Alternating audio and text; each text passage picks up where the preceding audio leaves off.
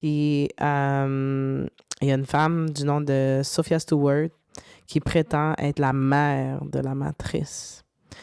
Elle dit que c'est son histoire.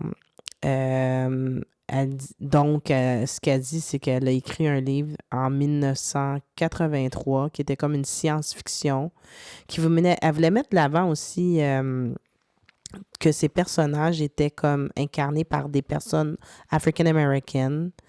Donc, une science-fiction incarnée par des African-Americans, ce qu'on n'aurait jamais vu.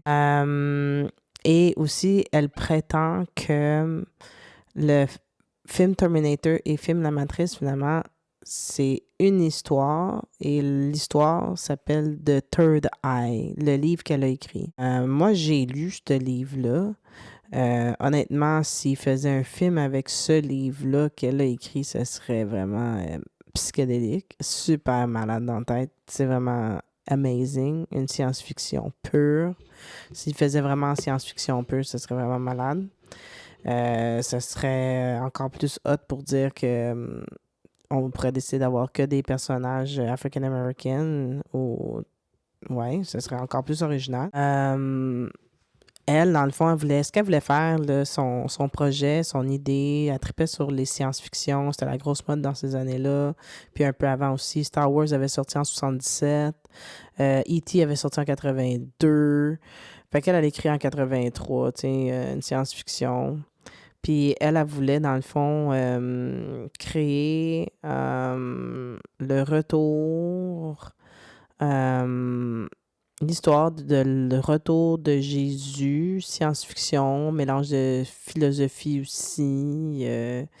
Elle voulait créer ça. Elle a dit aussi, comme, dans son livre, des personnages, dont justement The One, là, qui est Neo, The One, était inspirée par Mohamed Ali. À cette époque-là, elle sortait, c'était son chum. Donc, le personnage de Neo serait basé sur Mohamed Ali. Le personnage aussi de The Oracle, celui-là, en tout cas, il me fait assez mourir parce que pour vrai, genre, comme si tu vois Sophia Stewart dans la vraie vie, puis tu regardes le personnage of The Oracle, ça y ressemble beaucoup. Puis ce qu'elle disait, c'est que ça, c'était comme très commun dans les films de vouloir s'intégrer dans le film, dans l'histoire, avoir un personnage qui lui ressemble réellement.